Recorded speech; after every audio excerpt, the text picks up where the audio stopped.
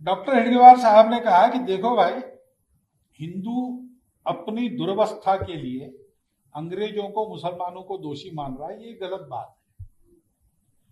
हाँ, कुछ इतिहास में उपद्रव हुए, उसके कारण नुकसान हुए, बात ठीक है। आज भी हम कह सकते हैं ऐसे उपद्रव हुए, हम दोनों एक दूसरे के बारे में ये कह सकते हैं। लेकिन डॉक्टर हेडगेवार ने कहा कि तुम अपने देश में थे, तुम अपने देश के मालिक थे, तुम्हारी संख्या इतनी है, तुम्हारे पास इतने उच्च विचार है, फिर भी अपने घर में तुम्हारी हालत ये हुई, तुम दूसरों को कैसे दोष लगा सकते हो? तुम में कुछ कमी होगी, उसको सुधारो। संघ का विचार ये है। ये जो संघ के बारे में अपने देश के तथाकथित अल्पसंख्यकों को, तथाकथित में इसलिए कह रहा हूं कि वो एक ही समाज के, हमारे ही समाज के, हमारे अपने भाई, ये वास्तविकता है।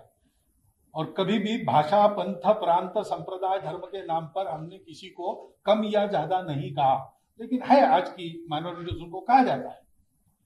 लेकिन इन सब लोगों सहित हमारा जो एक समाज है, वो हिंदुओं के देश में हिंदुओं की हालत ये हो गई, इसके कारण ये नहीं है। ये संघ की विचारधारा है और उन तथाकथित अल्पसंख्यकों के मन में ये डर भरा गया है कि संघ वाले तुमको खा जाएंगे। दूसरा एक डर लगता है कि हिंदू मेजॉरिटी देश में आप रहोगे तो आपका इस्लाम चला जाएगा, ये भी बताया जाता है। अन्य किसी देश में ऐसा होता होगा, मेजॉरिटी माइनॉरिटी होगा, हमारे यहां ऐसा नहीं है। हमारे यहां जो जो आया है वो आज भी मौजूद है, किसी भी कारण आया हो, लेकिन आया है और रहा है तो मौजूद है। और इस भूमि की परंपरा, यहां के समाज का स्वभाव, और इस कारण उसने बनाया संविधान भी उनके यहां के अस्तित्व की गारंटी देता है। क्योंकि समाज वैसे मानता है आज भी, कुछ ज्यादतियां अगर होती है मेजॉरिटी की ओर से माइनॉरिटी की ओर, तो मेजॉरिटी से ही उन आतताइयों का विरोध होता है।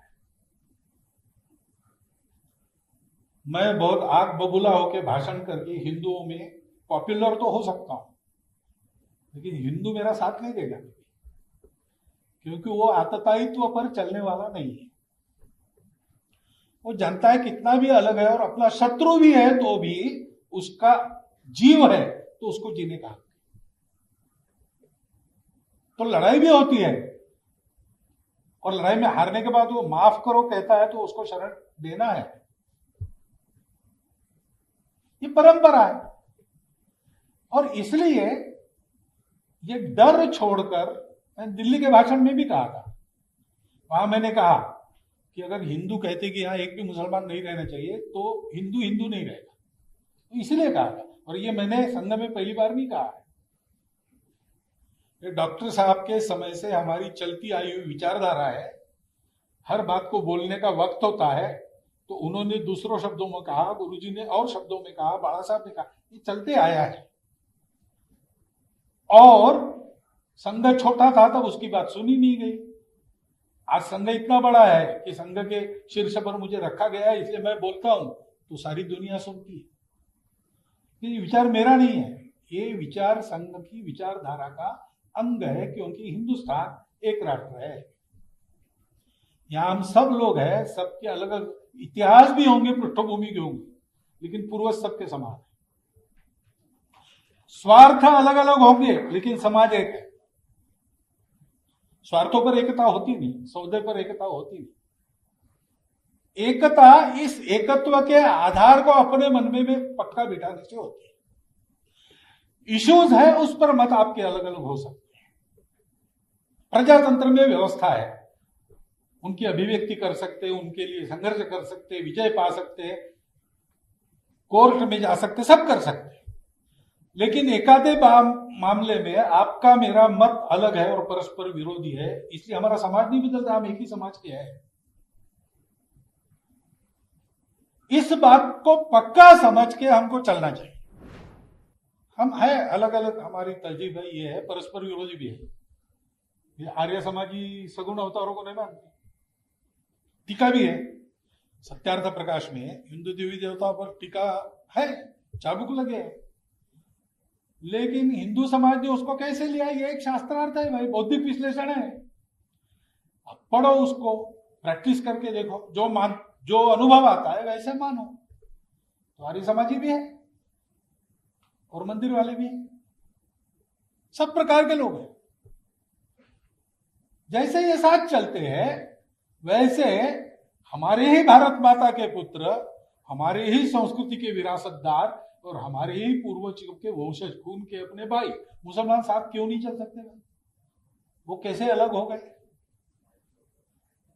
लेकिन इन सब पृष्ठभूमियों के कारण एक अलगाव और अविश्वास पैदा हुआ है। उसकी दूरी हमको पाटते समय समाज के मन से ये सारा हटाना पड़ेगा। और हटाने का मतलब छिपाना नहीं होता है। जो आपने कहा, खरी खरी बात को जैसा है वैसा समझना। इसलिए हम कहते हैं कि हिंदुस्तान हिंदू राष्ट्र है, गौ माता पूज्य है, लेकिन लिंचिंग करने वाले ये हिंदुत्व के खिलाफ जा रहे हैं। वो आतताई है। कानून के जरिए उनका निपटारा होना चाहिए, क्योंकि ऐसे केसेस बनाए भी जाते हैं तो बोल नहीं सकते आजकल कहाँ सही है कहाँ गलत है। लेकिन कानून को अपना काम करना चाहिए, तहकीकात करनी चाहिए ठीक से, बिना पार्शियलिटी किए सबका न्याय करना चाहिए और दोषी को सजा होनी चाहिए। हमको उसमें कोई गम नहीं।